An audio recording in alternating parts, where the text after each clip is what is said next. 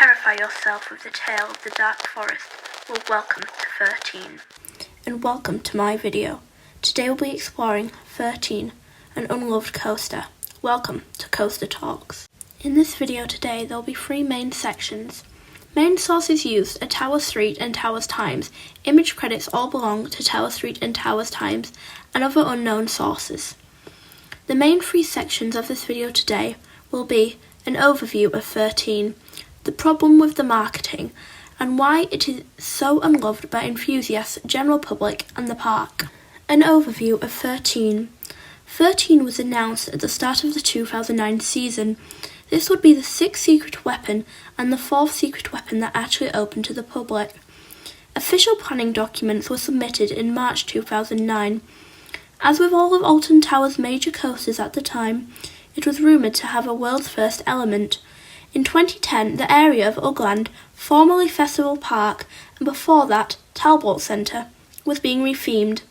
Rita, Queen of Speed, lost the tagline, Queen of Speed, and was rethemed to fit with the Th13teen storyline. Th13teen was opened to the general public on the 20th of March 2010. The coaster was manufactured by Intamin and did indeed have the rumoured world's first element. This element would be a drop track. The coaster was formerly called the world's first family drop coaster. Now it is known as the world's first multi-dimension family coaster. The ride cost £50 million to make, with a track length of 756 metres and 20 metres in height. The ride being 1 minute and 50 seconds meant it was longer than its neighbouring coaster, Rita, formerly Rita Queen of Speed.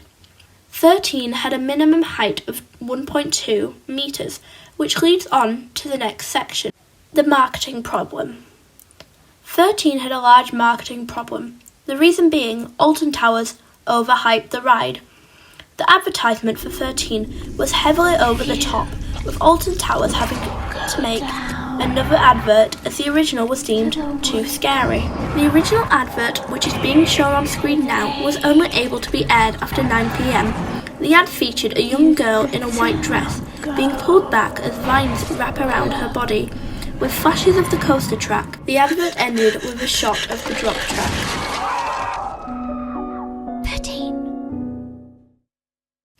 Rumours that were also spread was that there would be a waiver to be signed before riding Th13teen, as well as an age limit of 16 to 55 years old. Alton Towers also named Th13teen to be the world's first Psycoaster. To this day, it is the only labelled Psycoaster. As well, it was also labelled the scariest coaster in the world.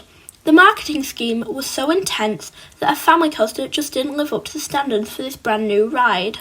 During Scarefest 2010, around the Dark Forest area, multiple scare actors in costumes matching those of the girl from the Th13teen advert were walking around hiding in bushes and scaring people. This also included the Wraith, which were the hooded figures seen on and around the ride. They also brought out a set of horror-themed rooms in the Alton Towers Hotel, with the Th13teen girl returning once more. On Friday the 13th, 2010, the roller coaster was renamed from 13 to 14 to avoid superstitions. This also came with additional merch. Moving on to the third and final part of this video. Why is Th13teen so unloved by enthusiasts, general public and the park itself? This section of the video is solely based on my opinions with very little facts. The general public. In my opinion, the general public doesn't like Th13teen because it's not in roller coaster standard thrilling. It's not tall, it's not got any inversions, it's not fast, and it doesn't contain any launches. Some people call it a one-trick pony. In my opinion, the reason theme park enthusiasts, especially British enthusiasts, don't appreciate Th13teen for all that it offers is because it's a one-trick pony, again, as well as the extreme marketing stunt which enthusiasts seem very disappointed about. Because of this, Alton Towers seems to take less notice of Th13teen, an example being the Festival of Thrills during 2023. This year, Smile turned 10 years old, and Th13teen turned 13 years old. In my opinion, making this season be about Th13teen's 13th birthday would have been the better option. but as Smile being more popular, they chose to celebrate Smile's 10th birthday. Overall, I think Th13teen is the best family coaster at Alton Towers. The theme is phenomenal and the drop always amuses and thrills me however many times I've ridden it. An additional thing I'd like to add is if you're able to ride it in the dark, please do. It's a very enjoyable experience. In my opinion, it's a great ride that deserves much more recognition from general public, enthusiasts and Alton Towers alike. I hope you enjoyed this video and I hope you will subscribe and like and watch more if you enjoyed. Thank you.